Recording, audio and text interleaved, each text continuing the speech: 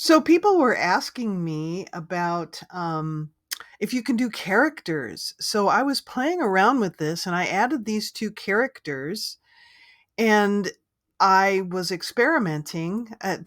This is so much fun, actually. This is these guys. So I was able to then change their background and I realized, oh, come on, I can't seem to get them apart. Now you'll notice he has legs in this image here and he has legs in the original image. Let's go back to where he was. The original image here. So he's got his construction outfit.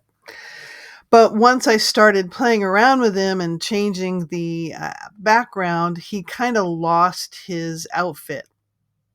But we can actually prompt for this because here in the prompt itself, that's kind of hard to make that any bigger, but um, you can see the wolf is sporting his blue eyes, a small pendant, and he wears his hard hat and work boots.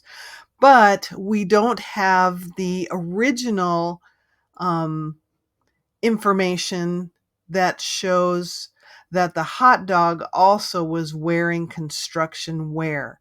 So I believe that going forward, if you add that information, or just like you do in other AIs, you make sure that your prompt at the beginning of the prompt has their characteristics, what they look like, what they're supposed to be wearing in that scene, so we can actually change their clothes if we want to.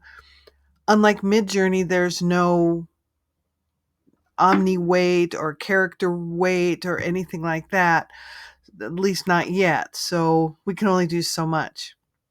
But what I wanted to do was I wanted to see if I could mix them into another scene. So I found some other images and then I tried to mix them. Well, that didn't quite work effectively.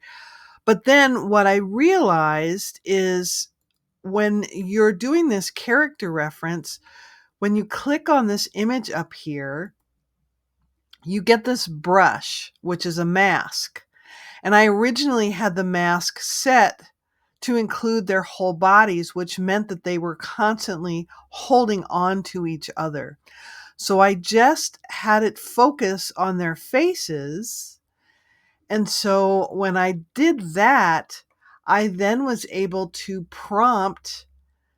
I was doing this unsuccessfully initially. And then when I only highlighted their faces, I now can have them standing separately from each other. I still have to work on getting them clothed correctly.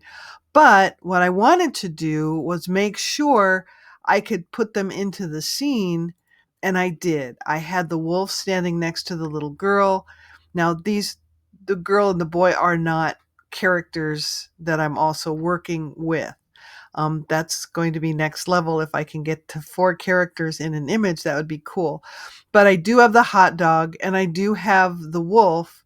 They're still wearing their construction hats. So it's a matter of playing with that character reference image to get them doing what I want. And then also mentioning that the hot dog has legs and a construction outfit. So there's more playing afoot, but I did want to say that yes, you can indeed work with your characters and play with this mask. Now, if I took this mask and I took their hats off, I probably would be able to get rid of that hat part.